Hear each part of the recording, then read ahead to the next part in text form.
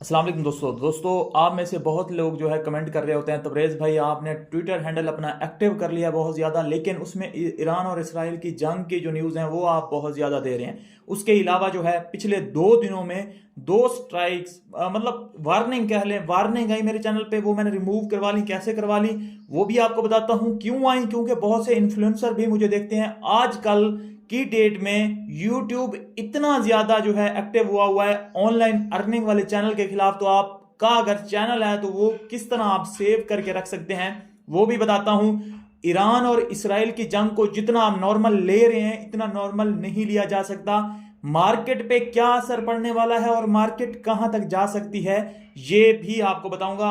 Definitely मैं कोई financial adviser नहीं हूं, ना मैं कोई फाइनेंशियल एडवाइस दूंगा।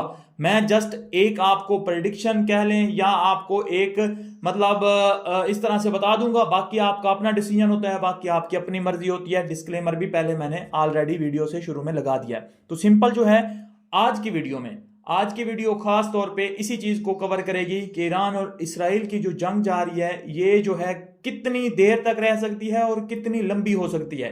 वर्ल्ड वार 1 हुई, वर्ल्ड वार 2 हुई, अब वर्ल्ड वार 3 का जो है कह रहे हैं कि अगर डायरेक्टली अमेरिका जो है इसमें कूद पड़ता है तो वर्ल्ड वार 3 का भी खतरा इसमें बन सकता है। वो क्यों?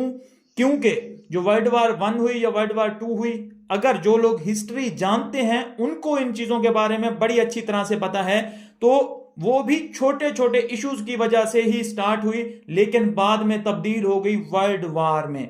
और ये इशू भी इतना जितना आप समझ रहे हैं ना इजी है, इतना नहीं है ये। मतलब एक इशू इस तरह का है कि इसको जो है अमेरिका ऐसे छोड़ेगा नहीं। वो जिस तरह मतलब अफगानिस्तान में 20 साल लगा के गया है ना, तो इसी तरह जो है ईरान को भी वो ये मतलब नॉर्मल ऐसे आया और उसमें डील हो गई ये वो, तो उस तरह छोड़ के जाएगा नहीं अनटिल अनलेस ईरान जो है अमेरिका के सामने झुक जाए, घुटने टेक दे। एक सूरत हो सकती है कि ये जो है जंग खत्म हो जाए, ये एक ही सूरत है, वरना मुझे नजर नहीं आता कि ये जंग जो है जल्दी खत्म हो जाए। क्योंकि अब आप देखें ईरान को डायरेक्टली सीधा सामने आके पाकिस्तान पहली दफा जो है सपोर्ट कर रहा है। हालांकि पाकिस्तान ने कभी भी एंटी अमेरिका पॉलिसी बनाई ही नहीं है, उस तरह के स्टेटमेंट्स ही नहीं देता। लेकिन अब आप देखें पाकिस्तान के वजीर खारजा या हो गए पाकिस्तान के वजीर दिफा, तो वो जो है ओपनली स्टेटमेंट दे रहे हैं कि हम ईरान के साथ खड़े हुए हैं। 20,000 जो हाजी थे जो गए हुए थे हज करने, उनको भी वीजा दिया जा रहा है कराची एयरपोर्ट पे। वो पाकिस्तान में लैंड करेंगे और ईरान बॉर्डर के थ्रू जो है अपना वापस ईरान जाएंगे। तो इस तरह के काम कर रहा है पाकिस्तान जो कि पहले देखने को नहीं मिलते थे अगर अमेरिका की बात आ जाती थी। तो इसमें चीजें बहुत सारी हैं, इसमें नॉर्मल नहीं है। इसमें चीजें इस तरह से देखने को मिल रही हैं कि चीन भी है, रूस भी है, अमेरिका भी है। ये 3 है मेन पिलर। इन तीनों की इन्वॉल्वमेंट अगर किसी चीज में हो जाती है तो वो बहुत इंपॉर्टेंट हो जाती है। क्योंकि अगर यूएसए की इन्वॉल्वमेंट किसी चीज में होती है, ग्लोबली मार्केट पे इफेक्ट पड़ता है और ग्लोबली जो है वार स्टार्ट होने के खतरे भी बढ़ जाते होते हैं। रशिया चाइना का इत्तेहाद है और चाइना आपको पता है पाकिस्तान में कितना इन्वेस्ट कर रहा है, रशिया ईरान में कितना इन्वेस्ट कर रहा है, और इसी तरह जो है चाइना ईरान से सस्ता तेल खरीदता है। तो बहुत सारी चीजें कनेक्टेड होती हैं। ऐसा नहीं है कि ईरान जो है अकेला है और उसको आएगा अमेरिका क्रश करके चला जाएगा, इस तरह से चीजें नहीं हैं। चीजें बहुत कॉम्प्लिकेटेड हैं। लेकिन अगर ये चीजें मुझे नहीं पता कि ये कहां तक जाएंगी, लेकिन मैंने आपको बता दिया है कि किस किस तरह से जो है चीजें हैं। लेकिन अगर ये बहुत लंबी जाती हैं, मतलब अगर इशू बढ़ जाता है तो ये बहुत ज्यादा डेंजरस होने वाला है। क्योंकि वर्ल्ड वार 1 और 2 जब हुई थी तब ये इस तरह के हथियार नहीं थे जो अब कंट्रीज के पास हैं। तो बाज औकात जो है कंट्रीज इस तरह नहीं होता कि वो जो है अपने मतलब माइंड सेट एक बना के किसी मुल्क को क्रश करने के लिए, बाज औकात कंट्रीज इस तरह की सिचुएशन में आ जाती हैं जब वो अगर हारने लगती हैं तो वो जो है अटोमिक जो अब एटमी हथियार हैं वो यूज करना ना स्टार्ट कर दें। तो इसके मतलब बहुत इस तरह के असर जा सकते हैं।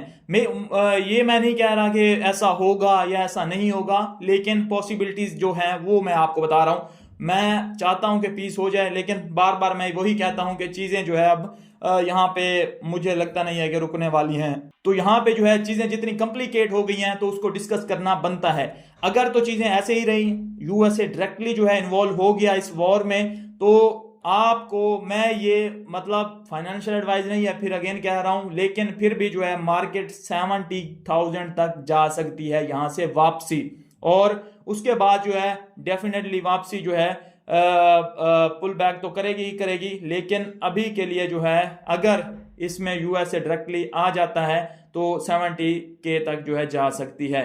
तो आप में से बहुत से लोग ऐसे होंगे जिन्होंने सारी की सारी अपनी बाइंग करके रखी होगी, तो वो अपना डिसीजन ले सकते हैं। बहुत से ऐसे होंगे जो अभी मार्केट से एग्जिट कर चुके होंगे, वो भी अपना डिसीजन इसको देख के ले सकते हैं। हर किसी का डिसीजन अपना होता है, क्योंकि पैसा अपना होता है।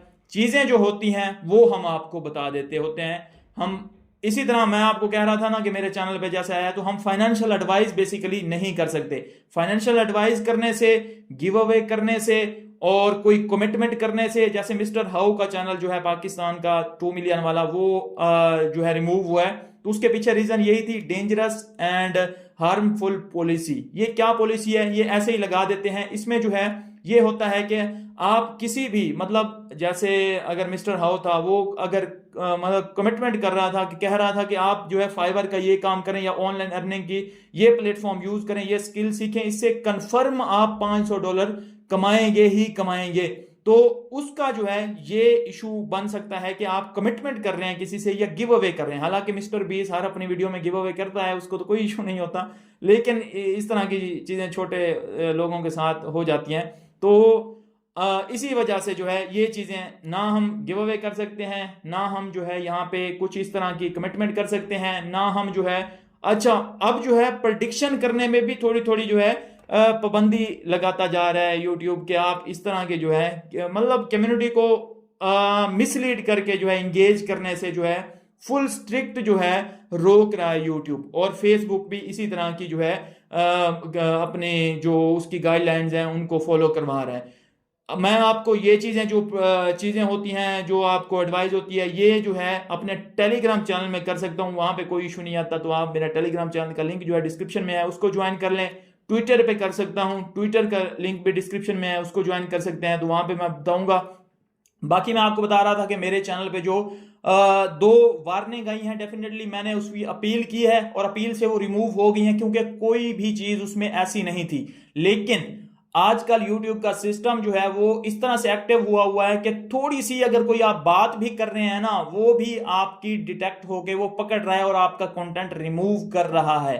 बाद में अगर आपके कंटेंट में इशू नहीं है, वो वापस आ जाता है, वो जो है अपील ग्रांटेड हो जाती है। लेकिन आपको चीजें फिर भी अपनी संभाल के रखनी है। अगर आपने चैनल बनाया हुआ है, उसमें जो है आपका पिछला कंटेंट इस तरह से है कि कमिटमेंट वाला है, आपने मिसलीडिंग जो है थंबनेल बनाए हुए हैं या इस तरह से, तो ये सारी चीजें जो है अपने चैनल से रिमूव कीजिए। अपने चैनल को साफ सुथरा रखिए ताकि आपका चैनल बचा रहे। क्योंकि बहुत से लोग जो है मुझे देख के चैनल स्टार्ट किया था, बहुत से लोग जो है क्रिप्टो में नए हैं और इन्फ्लुएंसर नए नए बने हैं, तो उनको बाज़ औक़ात ये चीज़ें पता नहीं होती।